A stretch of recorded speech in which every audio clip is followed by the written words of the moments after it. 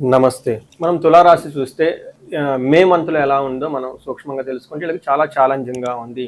అంటే కొన్ని విషయాల్లో సపోర్టివ్‌గా ఉంది. కొన్ని విషయాల్లో కొంచెం ఇబ్బంది పెట్టే విధంగా ఉంది. ముఖ్యమైన గ్రహాలు గమనించుకుంటే సూర్యుడు, కుజుడు అనుకూలమైన పరిస్థితుల్లో కంటే కూడా ఇబ్బందులు పెట్టే విధంగా ఉన్నారని గమనించుకోవాలి. తద్వారా ఈ మంత్ అంతా చక్కగా మీరు ప్లాన్ చేసుకుంటే చాలా జాగ్రత్తగా ముందుకెళ్ళిపోవచ్చు. ముందు ఎలా ఉంది ఏందో తెలుసుకోబోయే ముందు చిత్తా 2, 3, 4 పాదాలు, హస్త 1, స్వాతి 1, 2, 3, 4 పాదాలు, విశాఖ 1, 2, 3 పాదాలంతా తులారాశిలో ఉంటారని గమనించాలి. మనం పేరు బలం ప్రకారం చూసుకుంటే వీళ్ళకి రా, రీ, రు, రే, రో, తా, తీ, తూ, తే అన్న అక్షరాలంతా కూడా మనకి తులారాశిలో ఉంటారు. మనకి లఘు గోచారం, సూక్ష్మ గోచారం కాన్సెప్ట్ ప్రకారం తీసుకుంటే వార్తల్లో ముఖ్యాంశాలాగా ఈ మంత్ అంతా ఎలా ఉంటుందో మనం తెలుసుకోవచ్చు. అందులో భాగంగా చూస్తే సూర్యుడి వల్ల యాత్రలు చేసే అవకాశం ఎక్కువగా ఉంటుంది. కానీ శారీరకంగా బాగా టైర్డ్నెస్ అయిపోతారు, డీహైడ్రేషన్ అయిపోయి టైర్డ్గా ఉండే అవకాశం ఎక్కువగా ఉంటుంది. ఫస్ట్ 15 days కుజుడు చాలా చక్కగా సపోర్ట్ ఇస్తూ ఉన్నారు, సంపదలు వస్తుంటుంది. తర్వాత శారీరకంగా అగైన్ చాలా ఇబ్బందులు పెట్టేసి భార్యకు కానీ మీకు కానీ ఇబ్బందులు పెట్టే విధంగా ఉంటుంది. బుధుని వల్ల పుత్రుల ద్వారా లాభం ఉంటుంది. శుక్రుని వల్ల స్త్రీ సుఖాప్తి అంటే స్త్రీల ద్వారా లాభం ఉండే అవకాశం ఎక్కువ ఉంటుంది. అంటే చూసుకుంటే మిక్స్డ్గా ఉంది. సూర్యుడు, కుజుడు కొంచెం ఇబ్బంది పెడుతూ ఉన్నాడు. మిగతా గ్రహాలు కొంచెం యావరేజ్గా ఉన్నాయని చెప్పుకోవచ్చు. ఇప్పుడు మీరు గమనించుకుంటే ఒక్కొక్క నక్షత్రం ద్వారా ఇప్పుడు మీరు గమనించుకుంటే 8th హౌస్లో సూర్యుడు మీకు వెళ్తూ ఉన్నాడు. అంటే 7th నుంచి 8th హౌస్కు వెళ్ళటంతో ఓవరాల్గా ఈ ట్రాన్సిషన్ అనేది అంత మంచిది కాదు అని చెప్తారు. ఏ విధంగా అంటే మన మహర్షులు సంస్కృతంలో ఏం చెప్తారు, దుర్దోష శత్రు సంవాదో గమనాగమన వ్యధ దుఃఖ వార్తాశ్రుతం చైవ అష్టమస్తే యథా రవిహి అంటారు. 8వ స్థానంలో రవి ఉంటే ఏమవుతుంది గుర్తుపెట్టుకుని, దుర్దోష అంటే మీకు చెడు పనులు చేయాలన్న ఆలోచన మీకే వస్తుంది.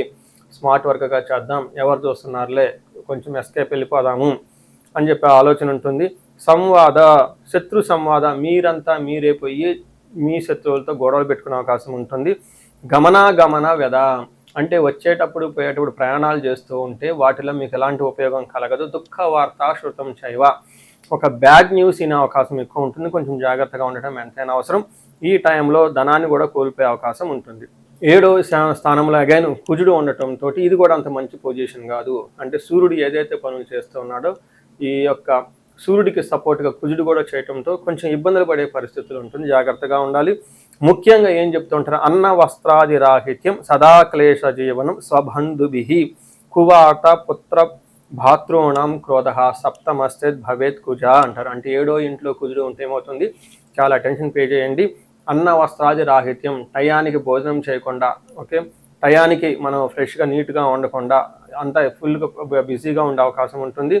తర్వాత భోజనం చేయడానికి కూడా టైం ఉండదు, అలా ఉంటుంది. అంతేకాకుండా సదా క్లేశం ఎప్పుడు ఏదో ఒక బాధ టెన్షన్తో ఉంటుంటారు. స్వబంధుభి మీకు కావాల్సిన బంధువులే వల్ల మీకు భయప్రదమైన అవకాశం ఉంటుంది. కువార్త ఇదేనండి కొంచెం అటెన్షన్గా. ఇది కువార్త అంటే చెడు వార్తలు వినే అవకాశం ఉంటుంది. ఇందాక కూడా మీరు రిపీట్ అయిందంటే సూర్యుడు కూడా చెడు వార్తల వల్ల వినే అవకాశం ఉంటుంది. కుజుడు వల్ల కూడాను మీకు చెడు వార్తలు వినే అవకాశం ఉంటుంది. భాతృణాం క్రోధ అంటే మీకు అన్నదమ్ములతోటి లేదంటే కొడుకులతోటి పిల్లలతోటి గొడవలు అయ్యే అవకాశం ఉంటుందని మనకి చెప్తూ ఉంటుంది. అయితే కుజుడు ఒక మంచి కూడా చేస్తాడంటే అదేంటంటే ప్రాఫిట్ బాగుంటుంది, ప్రోగ్రెసివ్గా ఉంటుందని గమనించాలి. అయితే ఇవన్నీ 2 గ్రహాలు ఇబ్బంది పెడుతున్నా మీకు చక్కగా సపోర్ట్ ఇచ్చే గ్రహం ఎవరంటే శుక్రుడు. ఈ శుక్రుడు యొక్క సపోర్ట్ రావడంతో చాలా విధాలుగా బాగుంటుందని గమనించవచ్చు. ఏ విధంగా అంటే వస్త్రలాభం, మహా ఆరోగ్యం, గురు భక్తి, స్వధర్మకృత్ చిత్తశుద్ధి అభీష్టార్థ నవమస్తే భవేత్ భృగో అంటారు. అంటే 9వ స్థానంలో శుక్రుడు ఉండటంతో మీకు మహాభాగ్య యోగం వస్తుంది. అంటే ఇందాక చెప్పుకున్న విధంగా ఎన్నో ప్రాబ్లమ్స్ ఉన్నా కానీ ఏదో ఒక లక్ ద్వారా మీవన్నీ చక్కగా దాటుకొని ముందుకు వెళ్ళిపోతారు. ఏ ప్రకారంగా వస్త్రలాభం ఉంటుంది, ఆరోగ్యం బాగుంటుంది, పెద్దవాళ్ళు చెప్పిన మాట వింటూ ఉంటారు, గురువుల యందు భక్తి ఉంటుంది, ధర్మబుద్ధిగా పనులు చేయాలనుకుంటూ ఉంటారు. అలానే చిత్తశుద్ధి మైండ్ ఇంట్యూషన్ చాలా స్ట్రాంగ్గా చక్కగా ఉంటుందని చెప్పుకోవాలి. అయితే వీటితో పాటు లవ్ రొమాన్స్కి సంబంధించిన వ్యవహారాల్లో కూడాను కొంచెం మీకు అనుకూలంగా ఉండే అవకాశం ఉంటుంది. అయితే బుధుడు మీకు అగైన్ మంచి లాభాన్ని చక్కగా పుత్రుల ద్వారా బంధువుల ద్వారా ఒక మంచి సపోర్ట్ని అయితే తీసుకొస్తూ ఉన్నారు. సో చూశారు కదండి, కొన్నిసార్లు బాగా సపోర్టివ్గా ఉంది, కొన్నిసార్లు కొంచెం అంత సపోర్టివ్గా కూడా లేదు మీకు అని గమనించుకొని ఎక్కడెక్కడ బాగుందో దాని మీద కాన్సన్ట్రేషన్ చేస్తూ ఎక్కడెక్కడ ప్రతికూలంగా ఉందో ఆ టైంలో మీరు కొంచెం టైం తీసుకొని కొంచెం పోస్ట్పోన్ చేసుకోవటం, నిదానంగా ఆలోచించి డెసిషన్ తీసుకుంటే బాగుంటుందని తెలుసుకోవాలి. అయితే మనం నక్షత్రాల వారీగా కూడా మనం ఎప్పుడు ప్రతి మాసం చెప్పుకుంటూ ఉంటాం. ఈ రాశిలో 3 నక్షత్రాలు ఉంటాయి.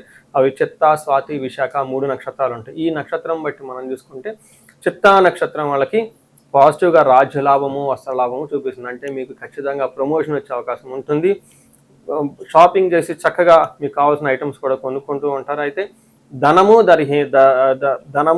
దరిద్రము రెండు చూపిస్తుంటుంది. అంటే హెల్త్ ఫైనాన్షియల్గా ఇబ్బందులు పడుతూ ఉంటారు. స్వాతి నక్షత్రం వాళ్ళకి రాజ్య లాభము, వస్త్ర లాభము చక్కగా ఉందంటే ప్రమోషన్స్ వచ్చే అవకాశం ఉంటుంది, గిఫ్ట్లు వచ్చే అవకాశం ఉంటుంది. అయితే కానీ వీళ్ళకి కూడాను దరిద్రము, ధనహీనత, టయానికి కావాల్సిన డబ్బులు లేకుండా ధనానికి ఇబ్బంది పడుతూ ఉంటారు. విశాఖ నక్షత్రం వాళ్ళకి ధనహీనత, దరిద్రము చూపిస్తూ ఉంటుంది. వీళ్ళకి రాజ్య లాభము కూడా చూపిస్తుంది. పదవి ప్రమోషన్, ఆ పదవి ప్రమాణం స్వీకారం లాగా చేసే అవకాశము, మంచి బట్టలు కొనే అవకాశం ఉంటుంది. వీటితో పాటు ఈ 3 నక్షత్రాలకి చిత్తా, స్వాతి, విశాఖ నక్షత్రం వాళ్ళకి గాయాలయ్యే అవకాశం ఉంటుంది. పర్టికులర్గా విశాఖ నక్షత్రం వాళ్ళకి కార్యహాని, అనుకున్న పనుల్లో ఇబ్బందులు పడే అవకాశం ఉంటుంది. ఇవి కాకుండా మిగతా స్వాతి నక్షత్రం వాళ్ళకి కొంచెం మానసికంగా టెన్షన్లు అధికంగా ఉండే అవకాశం ఉంటుంది. సో చూశారు కదండి, ఏదున్నా కానీ చిన్న చిన్న అవంతరాలు కొంచెం ప్రాబ్లంతో ఓల్ మంత్ అంతా సక్సెస్ఫుల్గా ఉంటుందని మీరు గమనించుకోవాలి.